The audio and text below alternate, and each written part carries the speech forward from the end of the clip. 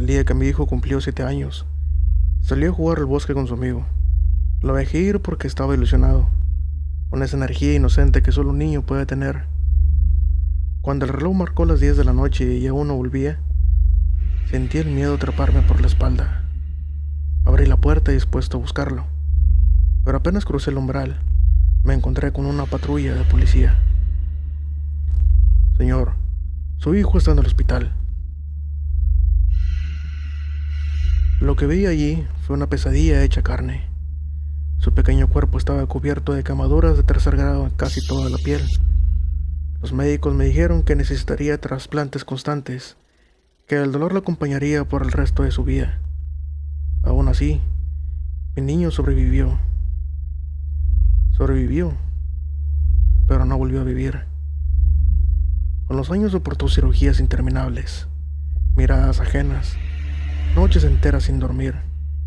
Y en ese infierno me confesó la verdad antes de morir.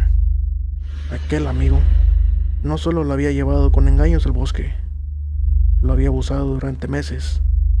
Esa noche lo bañó en gasolina para silenciarlo para siempre.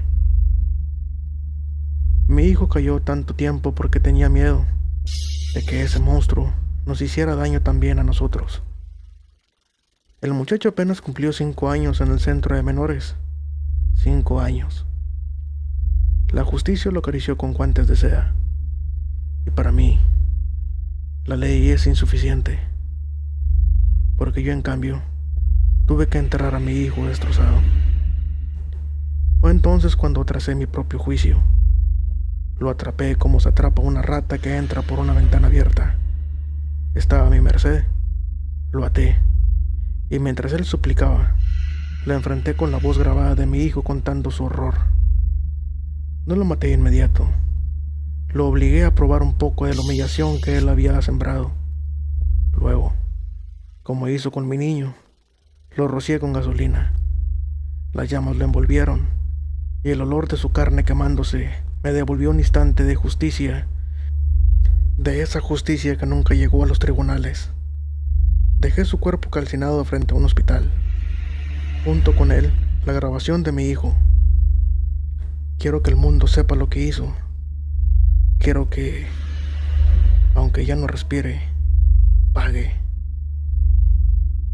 Y si sale vivo de esto, que pague con cárcel. Y se pase el resto de su vida tras las rejas. Porque la justicia que me negaron, yo mismo la reclamé con fuego.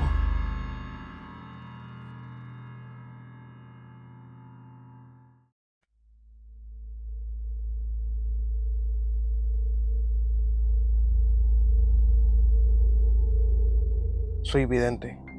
Aquella tarde, una joven llegó a mi consultorio buscando respuestas. Quería saber qué le deparaba el futuro. Encendí las velas, mezclé las cartas y me dejé llevar por la visión. Al principio, todo era claro y sereno. La vi sonriendo, ascendiendo en su trabajo e encontrando el amor. Escenas cotidianas, luminosas, llenas de esperanza. Pero entonces, algo cambió. El aire se volvió denso, las imágenes se enturbiaron y una oscuridad profunda empezó a envolverlo todo. La vi de nuevo, pero esta vez estaba amarrada, cubierta de sangre, sus brazos y sus piernas mutilados. Frente a ella, un hombre de espaldas profanaba su cuerpo sin vida. Sentí el impulso de mirar su rostro, de saber quién era. Quería saber quién era aquel monstruo. Cuando en la visión, el sujeto se giró, pude verlo, claramente. Y en ese instante, rompí en llanto. El horror se apoderó de mí. Mis lágrimas cayeron sobre la mesa. Y un grito silencioso me desfiguró el alma. Aquel hombre era mi hijo.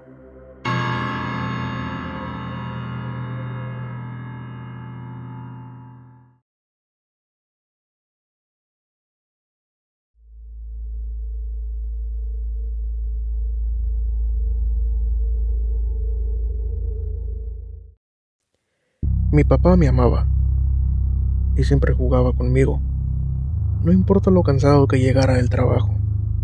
Nunca se me despegaba, me consentía en todo. Yo y mamá éramos su todo para él, pero todo se desmoronó cuando esa enfermedad que se convirtió en pandemia azotó al mundo entero. El noticiero decía que tenía potencial extintivo, puso a la humanidad de rodillas. Cuando la mayoría de las familias de mi barrio murieron, mi papá se volvió loco. Dijo que si iba a morir, iba a ser haciendo algo que siempre quiso hacer y nunca pudo. Pero como ahora que no importaba ya las normas ni las leyes, lo iba a hacer. Mi padre me golpeó en el rostro, me quitó la ropa y abusó de mí, de una manera violenta y muy fuerte. Me golpeaba al mismo tiempo que me decía cosas sucias sexuales. Eso pasó todos los días, todos y cada uno de los días mientras guardábamos cuarentena. El virus no llegó a casa. El virus no nos mató. Sobrevivimos a la pandemia y casi exterminó a la humanidad. Ahora yo qué hago con esto. Mi papá no se atreve a verme a los ojos ahora. Mamá solo se quedó conmovida. Comprendí que papá es un nefasto ser humano, que esto que me hizo lo tenía en mente desde siempre, fantaseando cada día con hacerlo, que tuvimos que estar con un pie en el precipicio para que dejara toda la moral de lado.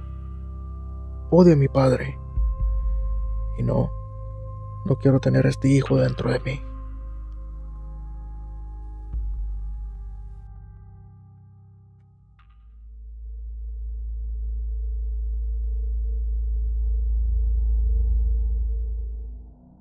No se sabe con exactitud cuándo comenzaron los disturbios, tampoco en qué momento la humanidad comprendió que aquello estaba ocurriendo en todo el mundo al mismo tiempo.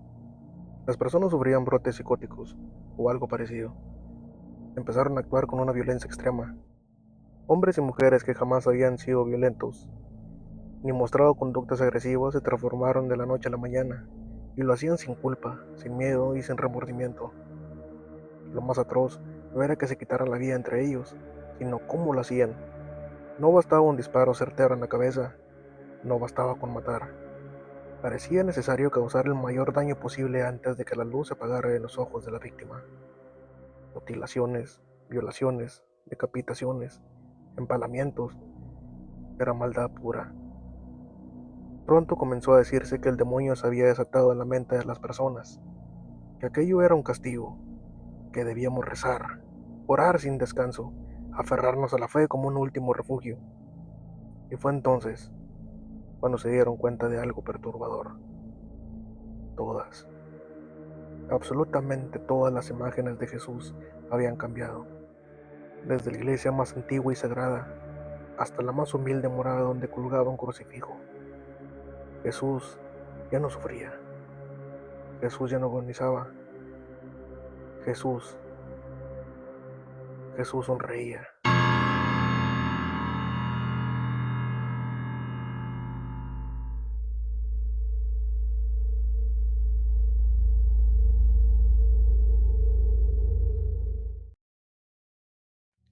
Sufrí bullying durante toda mi infancia. Ahora estoy demasiado cansado de tener miedo, de esconderme, de pasar desapercibido. Estoy harto de los golpes, de los abusos y de las malditas humillaciones. Pero ya no más. Esto se acaba aquí y ahora. Les voy a demostrar que yo también puedo hacer daño. Y yo también puedo reírme de ustedes. Y quiero ver si después de este agujero en tu cabeza te seguirás riendo. Odiaba esconderme. Odiaba guardar silencio. Ahora, nunca deseé tanto el silencio. Bendito silencio. Tu silencio.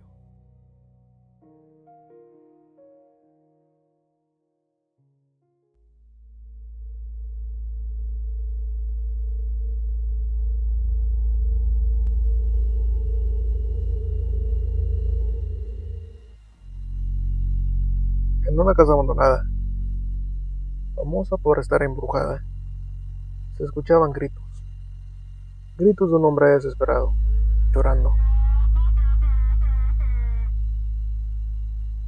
Quien no conoce la historia, piensan que es un eco de un fantasma, el espíritu de un padre buscando a su hijo, o algo parecido. Pero la verdad es mucho más triste. En esa casa solo vivían un señor y su hijo de 16 años. Nadie jamás notó que el muchacho cargaba con una depresión silenciosa. Una noche, el padre regresó del trabajo y lo encontró colgado. Sus gritos se escucharon en todo el vecindario. Eran gritos que no parecían de este mundo, desgarrados, desesperados, imposibles de olvidar. Después vino un silencio inquietante, un silencio que helaba la sangre. Cuando finalmente entraron a la casa, encontraron que el padre también se había quitado la vida, usando la misma cuerda que su hijo usó. Los gritos del padre fueron tan profundamente tristes, tan intensos, tan fuertes, que quedaron impregnados en las paredes de aquella habitación. Por eso, quienes pasan cerca de la casa jurarían escuchar un alma en pena. Pero no es un fantasma, es el dolor eterno de un padre, atrapado para siempre dentro de esa casa embrujada.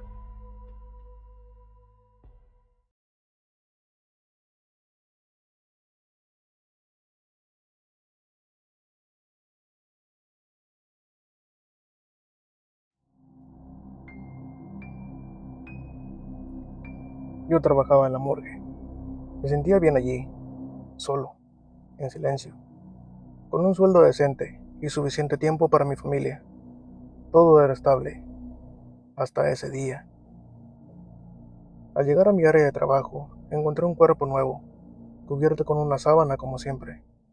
Me preparé para hacer mi trabajo, pero al descubrir el rostro, el aire se me quebró en los pulmones. Era yo con la garganta abierta, yo sin ojos, yo con los brazos arrancados, y reconocí mis tatuajes en él, y el único dedo que quedaba en mi mano, mi anillo de bodas. Sentí como algo dentro de mí se partía, y entonces la sala empezó a desmoronarse.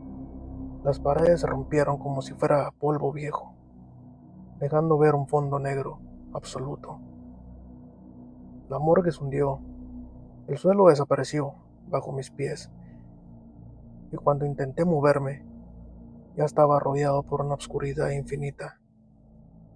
No hay paredes, no hay arriba ni abajo, solo un vacío frío y eterno. Y aquí sigo, sin saber qué pasó, sin saber si estoy vivo o estoy muerto. Y ya han pasado decenas de años.